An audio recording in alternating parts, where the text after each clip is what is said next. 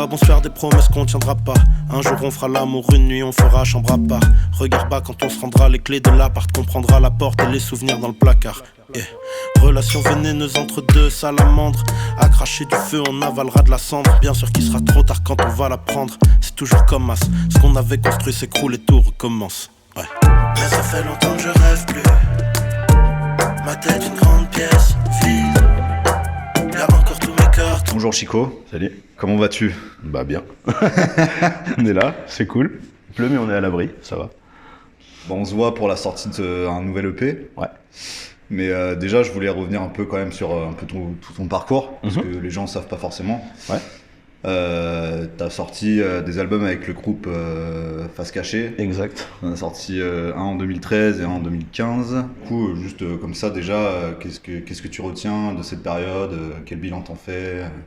Eh ben, positif déjà, parce que ça m'a offert une vie de ouf. Enfin, ça m'a offert un chemin dans la vie, voilà, que je pensais pas prendre, tu vois. L'aventure de groupe, ça m'a appris plein de choses sur moi et sur les gens qui m'entourent, l'amitié, le fait de devoir construire avec pas grand-chose, des bouts de bois, s'organiser, répéter, avoir un objectif commun, un délire qui appartient un peu qu'à soi et tout machin. Donc moi, ça m'a appris pas mal de choses dans la vie. J'ai pris beaucoup de fun, on a rencontré beaucoup de gens dans plein d'univers différents, parce que Face Cachée c'était quand même assez hip-hop reggae, donc on a joué et dans des cadres peura, tu vois, autant que des cadres reggae. Du coup en fait ça m'a, enfin je sais pas, il y avait comme un éventail de gens que j'ai pu rencontrer grâce à cette aventure, voilà, que je retiendrai toute ma vie, quoi. Donc aujourd'hui ça a beau être terminé le crew, je suis ok avec ça. Ouais. Tu vois, ouais, je suis ok, et c'était cool et on a bien gaulerie. Je sais pas si c'est la peur qui nous retient ou la sécurité que nous apportent les murs que l'on maintient. Résultat, on traîne au même endroit jusqu'au petit matin. On se plaint de galérer alors qu'on se motive jamais pour rien. Toujours la même histoire, on est que des chiens qui squattent un territoire. On laisse tourner la terre, on est des globes trottoirs. La planète s'arrête à ce qui se passe sous nos pompes. Ouais, vous avez fait surtout, vous étiez connu pour la scène surtout aussi. Ouais, c'était pas mal notre truc, ouais. C'était pas mal. Bah on était, ouais, nous c'était un peu notre trépute, quoi. C'était d'être un groupe, un bon groupe sur scène.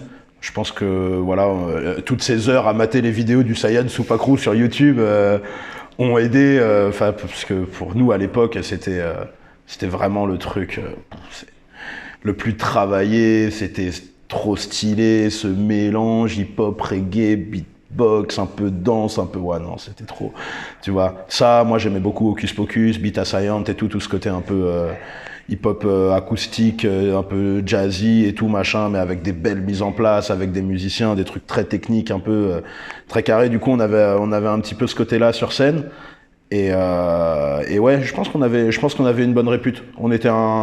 Je pense que pour les organisateurs de concerts, à l'époque, on était un coup sûr, tu vois. C'est-à-dire que c'est pas eux qui vont remplir mon festival, mais en vrai, ils sont pas chers, ils vont faire le job, ils vont pas claquer des genoux quand on va les mettre devant 5000 personnes, et ça a jamais manqué. La vérité, quand partout on est allé, on s'est jamais vraiment, avec Face Cash, c'était grave cool parce qu'on s'est jamais vraiment pris de boîte en fait. On a fait des concerts avec des salles vides et tout machin, mais tu vois, on s'est jamais vraiment manger des grosses boîtes, des grosses déceptions de scène et tout, parce que quelque part il y avait le truc de sur scène ça marche qui tenait tout le truc. Après, ouais, cette aventure Face Cachée, yes. Toi tu t'es pas dit ouais j'arrête la musique, t'as quand même continué, et t'as sorti des projets communs, ouais, et t'as sorti aussi notamment un album, est-ce qu'on peut appeler ça un album, ouais, sais pas. Ouais, ton album Le merveilleux voyage de Chico au pays des fils de pute. Exact, ouais. Bah, pareil que tout à l'heure, quel bilan t'en fais? Qu'est-ce que t'en penses aujourd'hui, quoi? Pareil, moi je pense que j'ai un bilan assez positif sur cet album, parce que en fait si tu veux, pour moi mon histoire un peu tout seul elle commence un poil avant, en vrai, ce projet, dans le sens où mais c'est vraiment ma rencontre avec Blanca. En fait, vers 2014-2015, où déjà on s'était rencontrés, il y avait l'album Face Cachée, moi on s'était rencontrés via Guts, en fait, un moment avant, pour une compile qui s'appelait Fine Bouche. Et en fait, on s'est rendu compte avec Blanca qu'on traînait à 2 rues tu vois, là où j'avais un studio où je répétais avec le groupe, et lui, il habitait 2 rues à côté. Tu vois, donc en fait, finalement, on a commencé à se voir tout le temps, à faire de la musique ensemble. Là, on a fait un premier EP qui s'appelle toujours Chico et Blanca sont trop cool. Et en fait, de là, on a commencé à bosser avec Blanca et on a commencé à un peu faire des sons qui ont donné ce premier projet-là. Et en fait, moi justement, effectivement, c'était un moment où Face Cachée, il y avait moins d'actualité. En fait, à la base, déjà, on s'était quand même dit, avec le crew, après le 2e album, on fait une tournée, on avait tourné 1 an et quelques, on avait quand même fait pas mal de dates et tout. Et on s'est dit, vas-y, on fait une pause, déjà. Et après, on se recheck pour faire un album et tout. Il y avait Volo aussi qui était sur son premier album solo, Un pied sur terre et tout. Donc, si tu veux, il y avait un moment où c'était acté qu'il y aurait un espèce de flottement de 2-3 ans pour qu'on fasse nos trucs et tout. Donc, moi, à ce moment-là, en fait, je suis avec Blanca et on fait pas mal de sons. Et en fait, on commence à beaucoup triper ensemble, à trouver une espèce d'alchimie un peu MC DJ. On fait des tremplins, on gagne le Buzz Booster avec Blanca. Moi, à l'époque aussi, je faisais End of the Week où j'étais un peu dans une espèce de... Enfin bref, j'étais dans une démarche un peu d'expansion tout seul. Je voulais continuer à faire mon truc et tout, ça me faisait plaisir. Et donc voilà, avec Blanca, on trouve ce truc, on sort l'album. Et puis pas mal de dates aussi avec ce bon cas blanc. Où on a bien rigolé et ça m'a permis de me confronter avec ma musique. Je pense, alors, pour être même parfaitement transparent, en vrai, moi, ça m'a ouvert un peu les yeux sur le fait que être trop dans sa bulle, c'est pas forcément le feu. Tu vois, parce que moi, je me disais, putain, on fait des trucs hip-hop old school hyper... En fait, même dans la manière dont on fabrique le truc old school, c'est-à-dire Blanca, c'est un gars qui bosse avec la SP12, avec la MPC 60, la MPC 3000. C'est un gars complètement à l'ancienne. J'ai ridé avec lui, je peux te dire que dans chaque ville où on a été, mais dans un trou paumé, il va trouver le moyen de trouver des disques, ce gars. Ouais. C'est incroyable, mec, je l'ai accompagné dans des rides entières juste pour aller trouver un scud dans un sombre entrepôt de campagne. Enfin, vrai, ce gars est comme as, tu vois, il vit avec ce truc du digging, cette culture et tout. Donc même moi, dans la manière dont on faisait les trucs, je me disais, ouais, on est des punks. On est des punks de ouf de faire ça. Plus personne fait ça, tu vois. Alors en vrai, oui, mais ça se ressent un peu dans les streams, les trucs et tout. Et puis en fait, voilà, t'es une niche, tu vois, et puis t'es bon dans ta niche. C'est bien, mais si t'as envie de plus et d'ouvrir un peu le truc, je pense que ça m'a montré que c'était important de savoir faire preuve d'ouverture aussi, enfin selon le contexte et tout ça, tu vois. Mais par contre, on a fait ça avec Blanca comme on l'entendait, sans concession, avec le cœur, et c'était top, quoi. Ouais, il y a cette esthétique boom bap. Ouais, carrément. Même s'il y a des accents déjà un petit peu où on cherche à aller vers d'autres rythmiques et tout machin, mais c'est un truc quand même où je suis pas mal dans ma zone de confort, en vrai. Tu vois. Et du coup, je me suis dit, c'est cool, mais il faut élargir, tu vois. Et puis le nom de l'album, c'était cool, mais on aurait dû m'arrêter.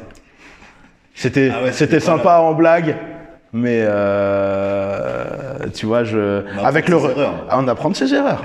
On apprend de ses erreurs, mais tranquille. Franchement, pareil. Moi, ça en fait pas un projet dont je suis pas fier.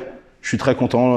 En fait, tout, si tu veux, je suis content du global d'avoir qu'on soit dit, franchement, on est un peu des oufs de faire ça. C'est un truc où la musique, elle ressemble pas trop à ce qui se faisait dans les codes, ni la pochette, ni le nom, ni les clips qu'on a amenés. Du coup, tu vois, je me disais, on a un package complètement à nous.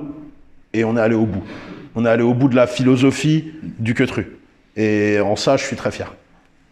Passer l'hiver dans un pays chaud, mettre la mer sur le paysage. Ils veulent le paysage que nous obéissions. Passe les barrières et les péages. Pas de compète, fais tes propres règles. Rien n'est parfait, rien n'est Colgate. La vie c'est short, ça peut stop net. Yeah, monte dans la caisse. Dans ce monde à plus rien qui roule sauf elle. Y'a pas d'attrait, je vais pas avancer seul. Je vais du son pour railler pendant des heures. Monte dans la caisse, ouais. Si on suit le fil chronologique, cette année, tu as sorti un EP solo. Exact. Miroir partie 1. Ouais. Alors pourquoi avoir décidé de revenir avec un EP plutôt qu'un album comme le premier ? Parce que les temps changent. Parce que les formats trop longs... En fait, moi, je suis OK. J'aime les albums en vrai, des vrais grands formats longs et tout. Et d'ailleurs, au passage, quand je vais aimer un artiste, je vais souvent avoir plus tendance à aimer un album. Enfin, comment dire, je me réfère beaucoup aux artistes avec. J'aime bien prendre les albums dans la globalité parce que en fait, quand je trouve qu'un album il est réussi, ça m'impressionne tellement plus qu'un beau single. En fait, tu vois, je trouve ça incroyable, des albums construits de bout en bout. J'aime le long format, mais il faut qu'il y ait un propos. À tenir sur le long format, faut qu'il y ait quelque chose, une homogénéité, un truc et tout. Toi, t'es accroché à ce En fait, je me dis si je le fais, enfin, disons, j'ai envie de le conceptualiser comme ça. C'est pas un enchaînement de singles comme non, on peut voir. En fait, on pourrait, ça marche aussi, hein, et puis il y a des albums qui marchent très bien, où c'est que des bangers sur bangers sur bangers et tout. Mais moi, j'aime bien quand il y a un propos qui est tenu de A à Z sur plusieurs titres et que tu vois différents angles de lecture, de machin et tout. Enfin là, comment dire, on schématise un peu la musique, tu vois. Mais en soi, ouais, tu racontes un peu une histoire, quoi, quand même. Ouais, grave. Mais alors là, du coup, tu vois, en fait, ce projet-là qui s'appelle donc Miroir partie 1, parce que en fait, la globalité, elle va s'appeler Miroir Miroir. Donc c'est Miroir la partie 1, Miroir la partie 2, Miroir Miroir. Ça le reflet de quelque chose, en fait. Et puis c'est des petits bouts de moi un petit peu étalés comme ça sur 2 ans. Et je trouvais que finalement, en fait, on parle pas mal. Enfin, je parle pas mal de moi. C'est un album assez égoïste pas dans le comment dire, dans le mauvais sens du terme, tu vois. Mais on parle d'ego, on parle de sentiments personnels, on parle d'histoire d'amour qui marche ou pas, tu vois. Et plus introspectif. Et c'est un petit peu plus, ouais, complètement. Et c'est vers là que j'ai envie aussi. Enfin, c'est pas forcément vers là que j'ai envie de tendre, mais effectivement, j'ai plus envie d'hésiter à me livrer dans la musique, tu vois. Mais par contre, je pense que c'est dur de le faire bien. Faut le doser, quoi. Faut le doser, et puis il faut avoir une certaine liberté, un certain recul sur les choses pour pouvoir l'écrire et l'accepter. Et le chanter sur scène après. Je pense, et le chanter sur scène après, exactement, tu vois, grave. Ma belle-sœur savait pas qu'elle me niquerait la tête en mot France Maxi. 20 ans après, je crois que vous pouvez tous lui dire merci. Moi le premier, je suis nostalgique, je suis dans le grenier, je me dis shit. J'étais ce garçon timide qui se mettait des limites avant que cette zik les élimine. Adolescent triste, je parle souvent aux fenêtres. Je sais que je vais mourir, je me demande comment je vais renaître. Au lycée, je rencontre quand... Il y a un morceau qui est assez important, c'est le morceau Crampe. Ouais. Moi, je voulais revenir sur une phase où tu dis ça fait tellement longtemps qu'on me dit de ne lâche rien, que je m'accroche, j'ai des crampes, je sais même plus si je me souviens. Moi, j'ai envie de te demander comment est-ce qu'on fait pour justement avoir envie de faire encore de la musique, genre 10 ans après avoir commencé, quoi. Je sais pas, en fait, c'est juste... Moi, en fait, la musique, c'est un truc où ça m'a autant élevé de ouf que ça m'a saoulé des fois, tu sais. Mais c'est comme où je me dis, tu vois, c'est un peu comme, c'est marrant que t'aies parlé du morceau Ma Place, parce que, tu vois, en fait, je me dis, vas-y, là, je suis dans le truc, j'ai commencé à grimper, tu vois. J'ai commencé à grimper et j'ai pas envie de lâcher, tu vois, il y a une espèce de forme un peu de, comment dire, de motivation, voir si je suis capable de me prouver ça, tu vois. Mais en même temps, comment dire, moi je me suis dit, vas-y, on a charbonné de ouf, j'ai envie de voir un peu ce que ça donne l'étape d'après, tu vois. En fait, j'aimerais bien. Après, c'est pas une fin en soi. Moi, ce qui me plaît, c'est de me dire, putain, cette instru, elle me fait vibrer, et d'un coup, j'arrive à faire un texte qui colle bien dessus, et puis fait de la musique, on le communique. Il y a des gens qui vont me parler d'un morceau pour des raisons, mais tellement obscures, qui m'appartiennent pas du tout, alors que j'ai jamais pensé à ça. Moi, c'est ça, en fait, je pense que c'est ça qui me motive. La vérité, c'est de me dire qu'il y a des gens dans la musique qui vont trouver un intérêt dans ta musique que toi, t'avais pas vu, en fait. Et c'est incroyable. Quelqu'un qui vient me voir et qui me dit, mec, quand t'as dit ça dans tel morceau, en fait, ça a résonné de ouf sur une histoire de machin, du coup je me suis réconcilié avec un tel que j'avais pas vu depuis 8 ans parce que en fait je lui ai fait écouter ce truc là, que ça l'a fait sciencer. J'ai reçu des gens qui me disaient des trucs comme ça, tu vois. Un gars avec face cash qui nous disait qu'il avait survécu à une chimiothérapie, je veux dire traversé une chimiothérapie parce que il nous disait, j'ai écouté votre album tous les jours et je pense que ça m'a aidé à survivre à la chimio. Je me dis, frérot, c'est incroyable. Incroyable, qu'est-ce que tu veux que je te dise? Qu'est-ce que tu veux que je te dise? J'ai jamais pensé à ça, j'ai jamais pensé au truc. Moi, je suis juste un enfoiré qui essaye de s'amuser dans le monde de fils de pute qui nous entoure. Tu vois, j'essaie de survivre en m'amusant. Chico dans le monde des fils de pute. Toujours. Et toujours, hein, ça, par contre, pour le coup, même si le titre de l'album était un peu private joke et tout, en vrai, la réalité est ce qu'elle est. Hein. On vit dans un monde pas très fun et j'essaie de m'en amuser. Peut-être une dernière question, justement, comme tu disais tout à l'heure, donc ton projet c'est Miroir partie 1. Ouais. Donc va y avoir une deuxième partie. Exact. Est-ce qu'on sait à peu près quand est-ce que ça va sortir À la rentrée, a priori, à la rentrée des classes, après l'été. Voilà, ouais. Septembre-octobre, quoi, je pense. Je sais pas, on n'a pas fixé de date encore, mais a priori, ce sera à cette période-là, ouais. Et tu as déjà les morceaux? Il y a déjà des morceaux, il y a quelques singles qui vont sortir même avant l'été. Et puis, pendant l'été, on va essayer de générer aussi du contenu. Et voilà, avec le disque vinyle à la rentrée, ouais. C'est de faire un joli vinyle. Et puis, des dates, on espère. Voilà, ça, ce serait bien. En tout cas, miroir, la totalité à la rentrée. Et puis j'espère que ça plaira, que les gens comprendront la démarche et continueront à m'accompagner dans le chemin qu'on a pris, quoi. Voilà. Ça marche. Bah, merci beaucoup, Chico. Merci à vous, hein, franchement, merci beaucoup. Merci à tous les auditeurs, auditrices. Voilà, restez connectés sur le type et puis restez brûlés de rap. Le rap, c'est bien, c'est la magie. Voilà. Bon, merci. Merci à toi. Dans un coin avec les fois où t'aurais dû dire